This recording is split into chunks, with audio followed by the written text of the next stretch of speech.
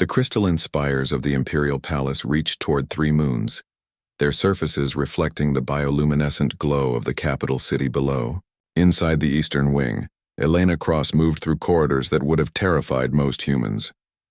She was the only member of her species employed in the palace, a curiosity among the Kelthrin, Empire's elite who still whispered about humanity's recent arrival on the galactic stage, but Elena had never been one to let fear rule her decisions. She paused outside the dragon sanctum, hearing the sound that had troubled her for weeks. A low, mournful keening echoed through the reinforced doors, the kind of grief that transcended species. The palace guards, towering Kelthrin warriors with forearms and obsidian exoskeletons, shifted uncomfortably at their posts. "The beast mourns again," one guard muttered in galactic common, assuming the small human wouldn't understand the advanced dialect. Elena understood perfectly. She had made it her business to learn everything she could since arriving on Kelthrin Prime. "His name is Dravian," Elena said quietly, surprising both guards. "And he's not a beast. He's mourning his bondmate." The guard stared at her. In the 3 months since Emperor Kael'ros's consort had died, no one had dared speak of Dravian's pain aloud. The dragon had been the consort's companion for 2 centuries, and his grief had become a forbidden topic in the palace halls. Elena didn't wait for permission. She pressed her palm against the biometric lock, using the universal servant access that her position granted. The doors hissed open. The dragon sanctum was vast, with a domed ceiling that displayed a projection of space itself.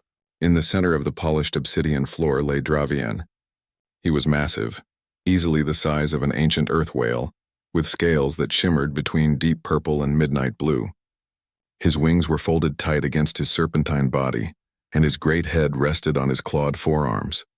When Elena entered, one enormous eye opened. It was the color of molten gold, ancient and filled with sorrow. "Dravian," Elena said softly, approaching without the hesitation that everyone else showed. "May I sit with you?" The dragon's responding rumble was neither permission nor refusal, but Elena interpreted it as the former. She sat cross-legged on the cold floor, close enough that she could feel the heat radiating from his scales. For long moments, neither spoke.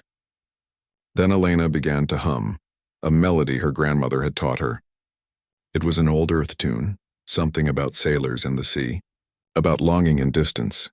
Dravian's eye fixed on her. "Where I come from," Elena said, switching to words, "we believe that grief isn't something to hide. It's proof that love existed, that it still exists." The dragon's massive head shifted slightly. "I know everyone here thinks you're dangerous when you mourn," Elena continued.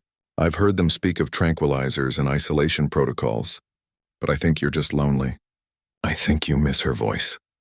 Dravian made a sound that might have been agreement, or warning. Elena reached into the pocket of her simple gray uniform and pulled out a small wooden box. Inside was a collection of dried herbs from Earth, lavender and chamomile, things she'd brought from home. She'd been saving them for something important. "On my world, we use these for comfort. The scent helps with sleep, with peace." She opened the box and the gentle fragrance drifted into the sanctum's recycled air. "I thought perhaps I could make you a space that might help."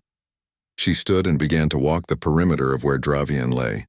From her pockets, she produced small sachets she'd prepared, placing them at intervals around the dragon. It was presumptuous, perhaps foolish, but Elena had learned long ago that sometimes the gentlest actions spoke louder than grand gestures.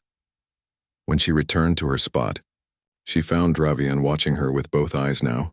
"You are strange, little human," the dragon said, his voice resonating through her bones rather than her ears. It was the first time he'd spoken to anyone since the consort's death. "So I've been told," Elena replied with a small smile. "Why do you not fear me? Others of your kind flee from creatures far less formidable." Elena considered the question. "Because pain recognizes pain, I suppose. My own mate died 3 years ago. I crossed half the galaxy trying to outrun the grief. But it follows, doesn't it?" Dravian's head lowered until it was level with Elena. She could see her reflection in his golden eyes. "You understand, then?" "I understand that people will tell you to move on, to be strong, to honor their memory by ceasing your sorrow. But grief is love with nowhere to go." Elena reached out slowly and placed her hand on the dragon's scaled snout. It was warm, solid, alive. "So maybe we give it somewhere to go. We speak their names. We remember them properly. Solara, Dravian whispered, and the name hung in the air like a prayer. Tell me about her, Elena said. And he did. Through the night, the dragon spoke of his bondmate, the Emperor's consort who had been kind and fierce and brilliant. Elena listened, offered her own stories when appropriate, and made no move to leave even as the hours stretched long. When dawn light filtered through the dome, painting everything in shades of rose and gold, Emperor Kael'ros himself appeared at the sanctum doors. The tall, imposing figure of the galaxy's most powerful ruler stood frozen, witnessing something unprecedented. His dragon companion, silent for months, was speaking.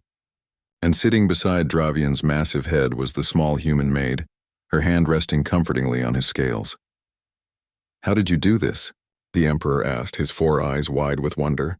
Elena stood and bowed respectfully. I didn't do anything, Your Majesty. I just remembered that comfort can heal more than power ever could, that sometimes the bravest thing is simply to sit with someone in their pain. Dravian raised his head, and for the first time in months, his wings unfurled slightly. She grieves as we grieve, the dragon said to his emperor. Humans understand loss in ways we had not recognized.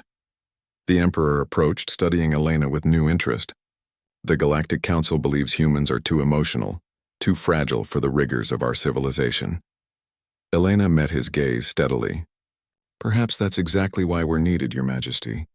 The galaxy has grown strong, but it seems to have forgotten how to be gentle. Emperor Kael'ros was silent for a long moment. Then something remarkable happened. The feared ruler of 1,000 worlds knelt beside his dragon companion, and for the first time since losing his consort, allowed himself to weep. Elena quietly withdrew, leaving them to their shared grief. But as she departed, she heard Dravian's voice in her mind, a gift of trust from a creature who had chosen to trust a human. Thank you, Elena Cross. You have reminded us that strength and softness are not opposites. Tonight, I will not weep alone.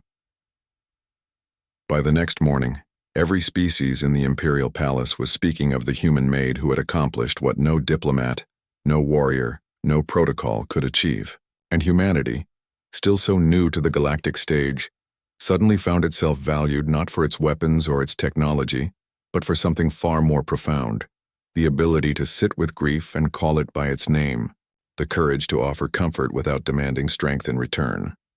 In the grand arena of spacefaring civilizations, humans had found their place not through conquest, but through compassion.